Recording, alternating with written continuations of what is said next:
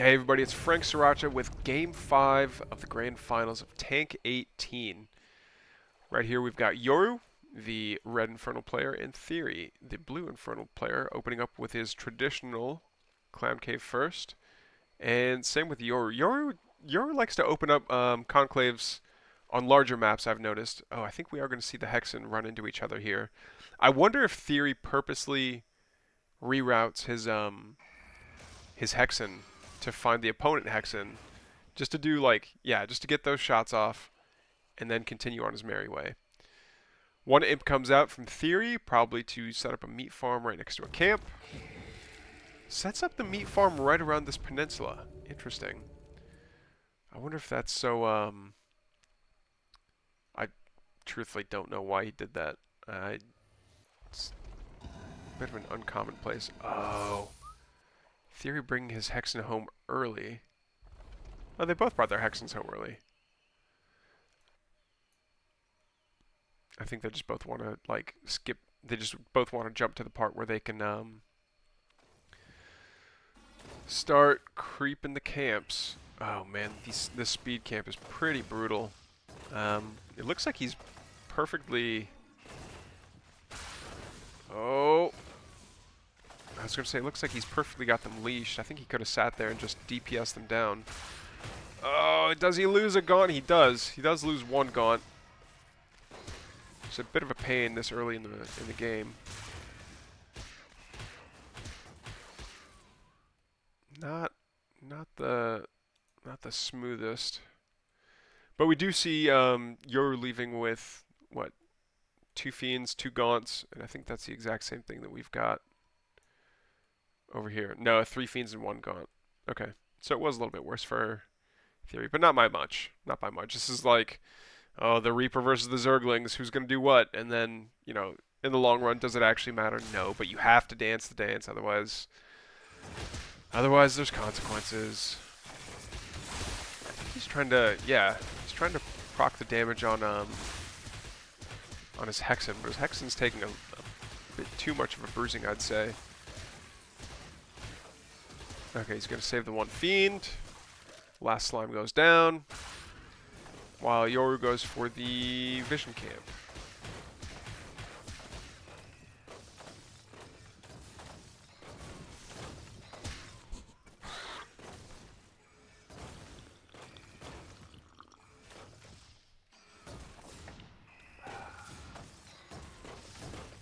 Alright, Yoru slowly but surely taking that vision camp.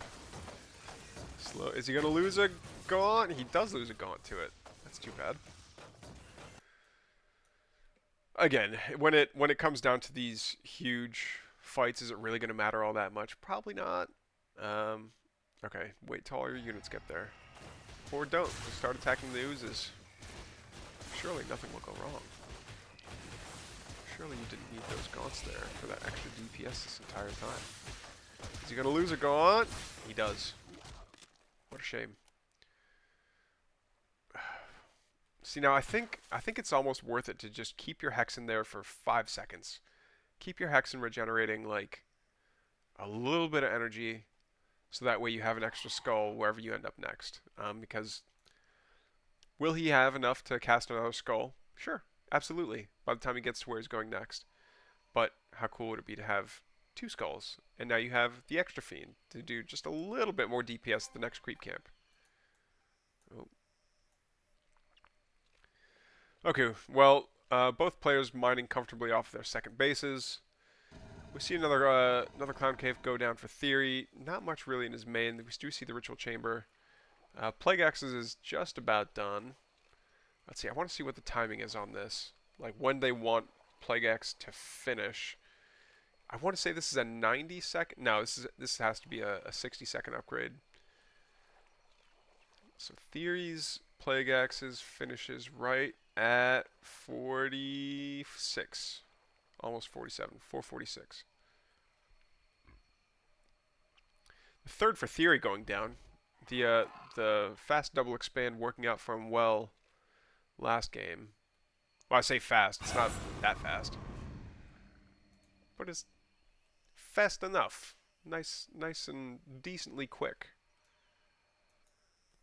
Oh, but Yoru took decided to send, I don't know, something over to capture that health camp. And he's continuing to be active on the map, and he's getting rewarded for it too. The passive theory or passive Luminite camp is about to fall. Skull of Shadow did not contact. And now it looks like Theory doesn't want to fall behind, so he's gonna send his own army out. But I think this is where they're going to meet. Yeah, Yoru's Skull is gonna scout all that going down. Is it gonna try to snipe one of these camps though? Is the real question. I've seen that happen. I don't know if it was Theory where I saw it happen, but I saw someone send a Skull of Shadow down, and then their opponent did get the kill on the camp, but then it was their opponent's fiend that spawned out of it, which I thought was a clever little way, especially in like the super early game if you want to be really annoying, and you have your fiend spawn out of your opponent's creep camps, just so they're taking that extra DPS from a fiend that they weren't expecting to have to fight. It's pretty nice. Alright, Yoru just going for all the camps here. Lining up just perfectly against the Bruiser. A couple of Pipers taking that damage. Piper goes down. Piper goes down. Bruiser goes down. Okay, so Theory being active once again on the map, trying to take back his Luminite camp here, and he does. Which is going to be super helpful. Yeah, this base still looks kind of new. But yeah, mining off of the oh my goodness.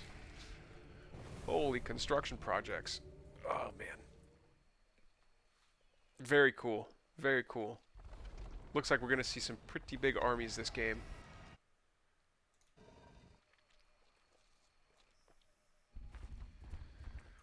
I think we're seeing a little bit more sophistication in Yoru's army though. This is quite a bit of a yeah. These two weavers and the Magmadon are pretty interesting to see. The health camp resets right when Yoru's army gets there. That's got to be annoying. Retakes his own passive Luminite camp. Theory, yeah, that one's not going to run out for a little bit. But I think he'd be well advised to take his own health camp back. But it looks like he's just going to go back and regroup. Oh, and take the speed camp. He wants a speed camp. Which makes sense. Being able to outrun your opponent is a valuable thing, and not being able to run away from an opponent is a very scary position to be in. I think he's just going to chill on his own shroud for a little bit to get the white health topped up. The supplies are staying pretty even, but boy, they're floating a lot of Luminite. Build some brutes or something. You guys have all that Luminite to float. Maybe it's just they're not mining enough Therium. Yeah, I think he could. Well, it says 3 workers, but there's clearly a lot more than that. Okay, no. I thought there was going to be a fight for a second there. Now they're both basically saying it's like, all right, let's race to 300, and then we'll all of our armies will come together, and that'll be that. Theory with the cheeky fiend going back here to capture the passive Therium point. Oh, interesting. Okay, so we see, yeah, another shrine and 4 meat farms go down next to this double Therium patch.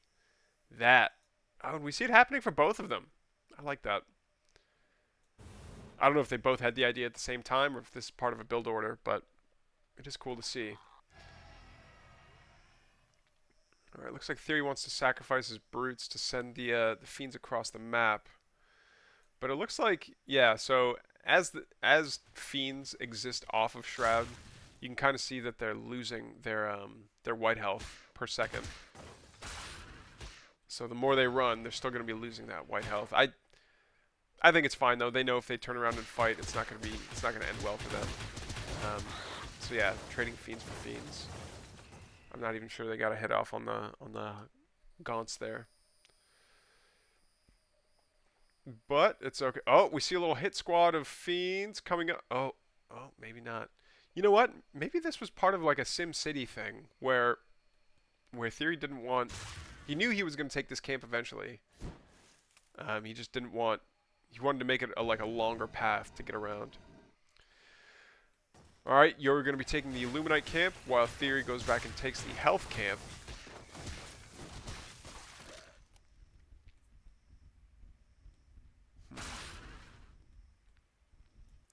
And we have yet to see a big battle. Like, we see some skirmishes here and there, which is fine. Yeah, Yoru going back to retake his Therium. But man, Yoru floating so many resources right now. He can spend. If he wanted to spend, he could spend, and he should spend. With the supplies being as close as they are right now. Or is that just for Remax? I guess he is close to being supply blocked, but he's not that close to being supply blocked.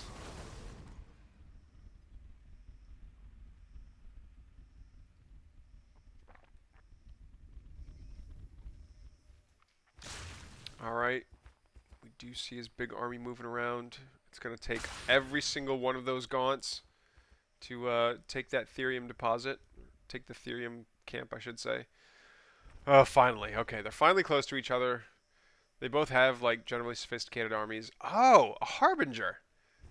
Interesting. I like that. Harbingers are useful. I think they're useful not only because they can transport stuff, which is useful, but when they land... Oh, he doesn't have the seismic slam. But when they land and they put out their shroud, it's nice to fight on shroud, but you don't want to have your Okay, yeah, it's just shroud everywhere. Is that Harbinger gonna live for much longer though? It's just chilling on top of creep. No, it floats right over all those gaunts, gets taken out. I think Theory has the better surround right now. I think he's got the better arc. And I think Yoru knows it. Yep, so Yoru's going to try and get out of there as fast as he can. His Weavers, though. 2 Weavers are going to fall. That's a 3rd Weaver going to fall, maybe. 4th, 5th Weaver going to fall. 6th Weaver going to fall. Yeah, what a... That was a head and shoulders victory for Theory. So yeah, I think he can now basically go uncontested around the map and take all these camps back if he really wants to. Sending out the Fiends to do like cleanup work is going to be really useful. Using his main force to retake camps. I think he should press the attack. He knows that Yoru's on his back foot and he's got way too much surface area to defend. Oh, but he's gonna let him sit there. I don't think he's going to build another Harbinger just because he forgot to micro it last time. But it's useful to put a Harbinger down and not necessarily use the Harbinger's shroud, but to use it so you can put down an effigy, like a permanent effigy, and then use that as just kind of in the same way that Overlords would poop out creep. Like you can use the Harbinger to sit down, build an effigy on that shroud, and then just have it leave or something. Oh, we do see a dragon out from Yoru. That could be a game changer. Oh, we do see some shadow flyers out. I think that's to counter a dragon. That if Theory makes one, he can counter it. We do see Theory basically tapped out on Animus. He doesn't have any which is the for those of you that don't know, is the Infernal Spell Power. That's basically their mana that they use for their top bar abilities. And you collect it by things dying on your shroud or near your units. So that means that like this Felhog farm, when these 2 Felhogs die, because they will eventually just like die of old age, and they die on this shroud, it'll add a little bit to Theory's Animus pool. We do see, okay, we see a little strike squad trying to go for, I don't even know how many bases are up right now. What is that? His 5th, 6th? Anyway, one of his bases. And it doesn't work out that well. Oh, meanwhile, down here, the Fiends catch a shrine being built. But I think that's not... I don't think that's Yoru's main concern right now. Both have dragons up. See some shadow flyers going around. Are they going to impact? They did take the dragon out. Oh my goodness, battles on battles. We do see the FPS dropping significantly. But Oh, the speed of the game itself is actually staying. Oh no, there's Theory's dragon. Still putting damage down. Theory fighting into this choke though is hurting quite a bit, but oh my fiends, that's a lot of fiends. And I think they are gonna just try and surround these weavers, or just peck them to death rather. They do. Will they get another one? Looks like they will. Superstone from the high ground is going to be firing down on this entire army. I think the Fiend's being used as a meat shield. And there it is. The GG well played from Yoru. And that'll be it for Game 5, Tank 18.